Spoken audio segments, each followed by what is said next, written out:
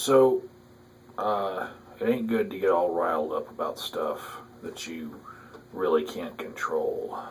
Um, it's part of recognizing existential things, you know? Um, Take a look at the Serenity Prayer, and it's basically based on the concept that there's things that are just intrinsic to being a human being on this earth, and you're never going to change them, so don't get all worked up about it, you know? Realize what you can change. So, as far as the dramas that I've been covering recently, I'm taking a break from those. And I had a few indicators as to why I should. Number one, a friend of mine, Chris, he saw me in my videos and told me to breathe. You know, and when your friends recognize that you're a little worked up about something, that's something you should probably listen to. The second thing, and this is weird, this is really weird. So this is really early Saturday morning, right? Right now, as I'm filming, this right now is Saturday morning to me. And in the last 2 days, a giant hurricane, the biggest hurricane ever, started, crossed part of the ocean, and hit Mexico, and already made landfall before I knew about it. You know, that's how focused I was on one giant mess of drama on YouTube. I just ignored so many things that this world event was so huge. It's just a couple 100 miles that way, you know, for most of us in America.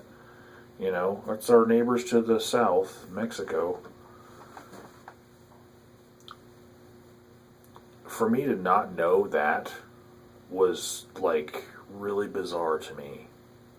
You know, to not know about it before it actually made landfall. You know, I did hurricane recovery work after Hurricane Ike, and I made a lot of money. You know, and I used to joke that I was kind of waiting for the next hurricane, because doing flood outs in refineries and replacing everything from like 20 feet down, because everything electrical had to be replaced. And I was really good at instrumentation a few years ago. Man. And when I missed Hurricane Sandy, because I had other priorities, I kept making those jokes. Man, I'm waiting for the next hurricane. I got my eyes open. And this one hits Mexico, and I just had no clue. No clue at all. I was so entrenched in the drama of my cell phone going off like every minute with somebody else chiming in on this drama and their opinions, and having to turn my cell phone off just to go to sleep, you know, and enforce boundaries, because if I don't, you know, it'll interrupt my sleep, and that's just not a good thing. Yeah, I just took a look at it and I decided to take a break.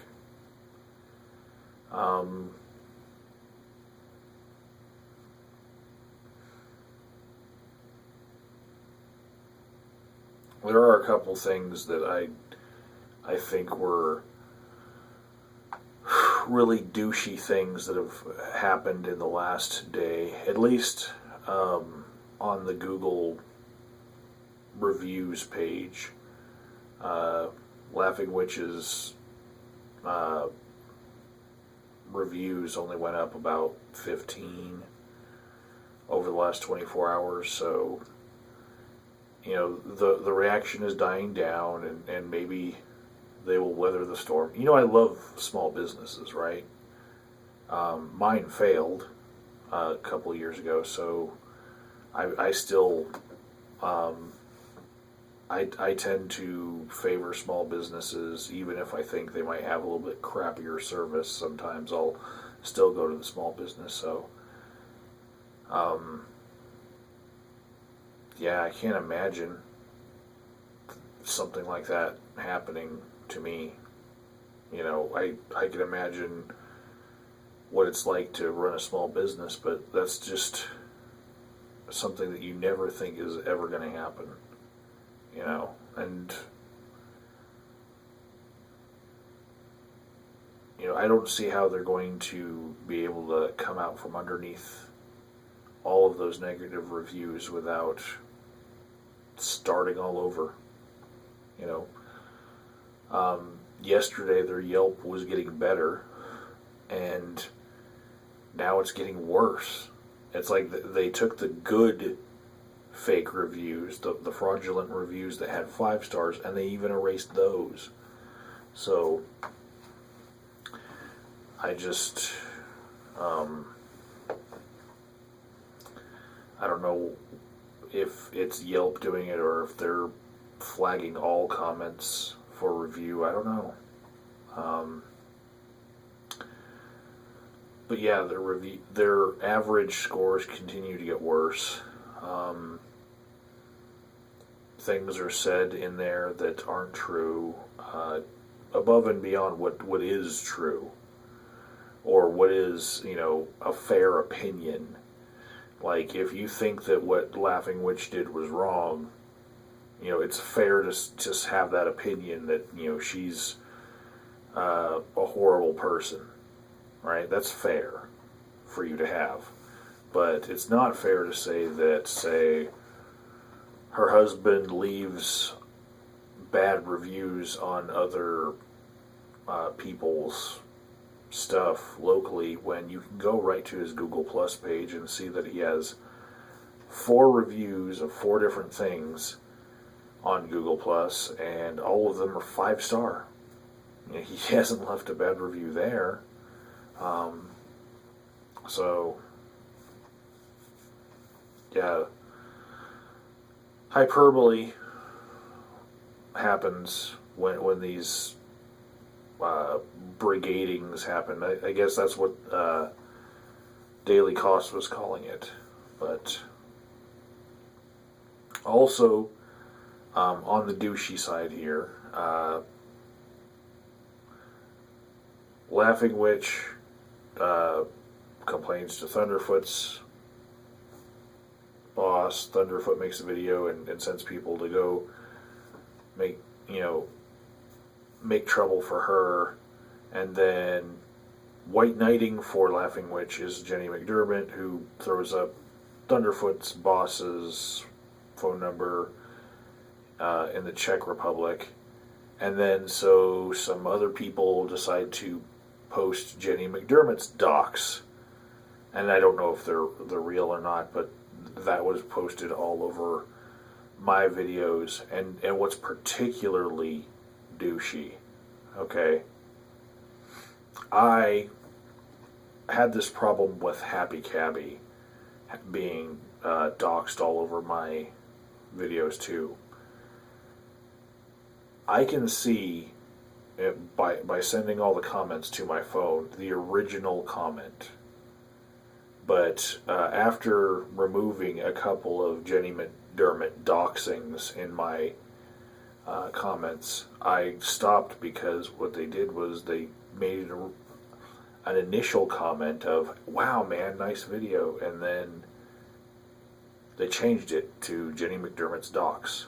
Well, I don't get a notification for edits. I don't even know that that's a setting that you can do. So, yeah, I'm getting at least a comment every 3 minutes, and when I wake up, I've got a backlog of comments to look at. And right now I do weird shifts, so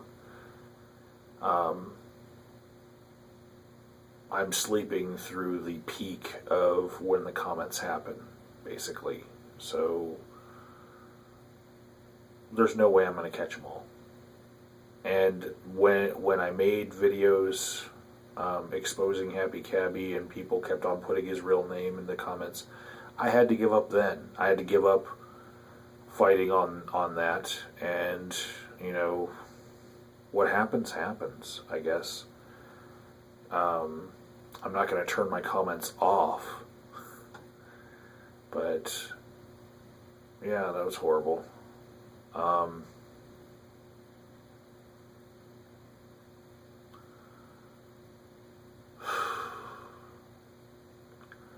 I did some math on some of the numbers that were presented on some of the Facebook comments that have come in about Laughing Witch's business. Apparently they posted how many 80-something thousand jobs they had done in so many years, and I looked at the math that they were doing. Oh yeah, it would take like 1.5 bathrooms per person, you know.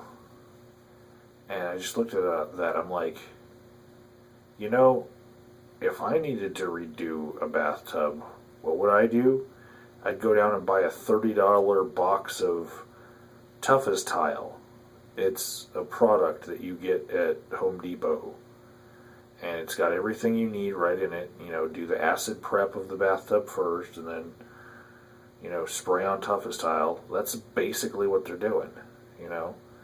And yeah, maybe it would take a follow-up visit to rip off all the border tape, just like when you paint something. But it's not that involved of a process to think that it takes a whole fucking day. And to say, oh, well, that would require them to do 1.5 bathrooms per day per employee they had. Well, that's doable, you know. Maybe some of those service calls were just a little chip in the porcelain, you know. How much work were they doing per work order? I don't know. But it seems to me like the math does work out. But people are really, really digging. They're digging for every bit of dirt that they can. And even though the onslaught has died down from 100 negative reviews to about 15, you know, over the course of a day, that's how the fervor has died down. I'm going to say there's at least 50 people in the world right now that are dedicating their lives to finding more dirt on Laughing Witch. And somebody left a comment. I'm sorry if I forgot. I forgot who it was, but you can comment below and get credit for it. Somebody commented that this is actually pretty good numbers to see that Thunderfoot has 380,000 subscribers.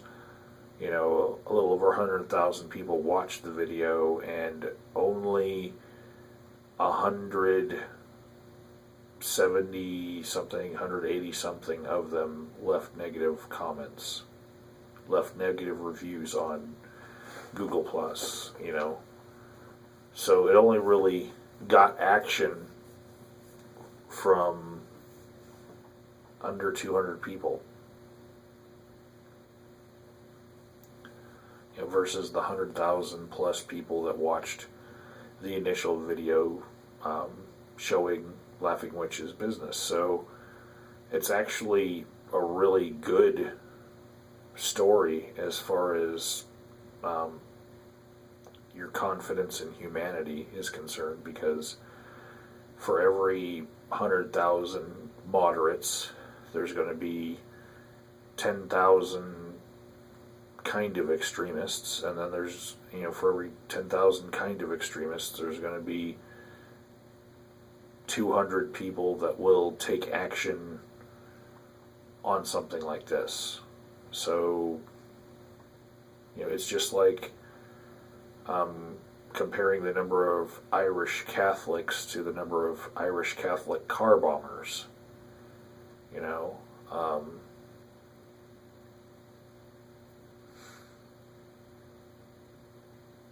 yeah, you might think that people who live in trailers are more prone to alien abduction stories, but if you actually look at the number of alien abduction stories out there versus the large number of people who live in trailers, they don't deserve that stereotype.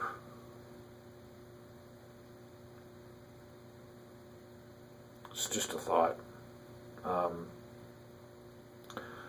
But yeah, I think instead of watching any more of this unfold, I'm going to check out and watch some Hurricane Patricia coverage. I don't know if it's a hurricane or a cyclone because of what ocean it's in, because they keep calling it hurricane on CNN. But yeah, I'm just burnt out in a very short amount of time with something this explosive happening on YouTube. You know? And pretty soon I'm going to have a regimental change in my life that will have me awake more on the day shift and doing more things in a structured way. So expect a few changes to come to my channel, a little bit more regularity on what I'm doing, and not so much being able to focus on one drama so much. And that actually sounds like a relief to me right now, to have responsibilities that'll take my mind away from being able to delve into this YouTube drama so much. I'm actually looking forward to it. That's the end of this ramble, and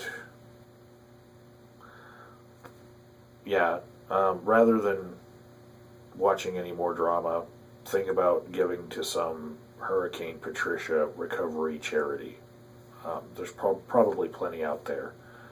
Just use your Google